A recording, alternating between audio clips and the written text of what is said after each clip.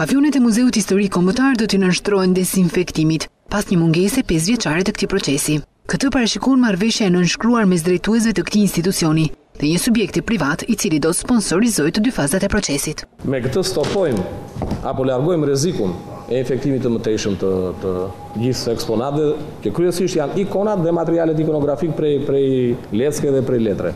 Për drejtorin Melci Labi, viti 2014 është mbyllur me sukses, duke shënuar kështu numrin më të lartë të vizitorëve. Në vitin 2014, Muzeu Historik Kombëtar ka gjeneruar, ndryshe nga gjithë vitet e tjera, rekordin e të ardhurave rreth 85 milion lekë, gjë që ndryshon me të gjitha vitet e tjera dhe me vitin 2013, ku të ardhurat nuk kanë kaluar masën e 5 milion apo 50 milion lekëve të vjetra. Duke qenë se të ardhurat nga muzeu janë rritur, drejtori Labi përsërit kërkesën për qeverinë. Nga gjithë ky buxhet që ne prodhojmë, të arrijmë të mbajmë në masën minimalisht në masën 70% deri në 90%. Muzeu Historik Kombëtar ishte një ndër destinacionet kryesore të turistëve të huaj gjatë këtij sezoni.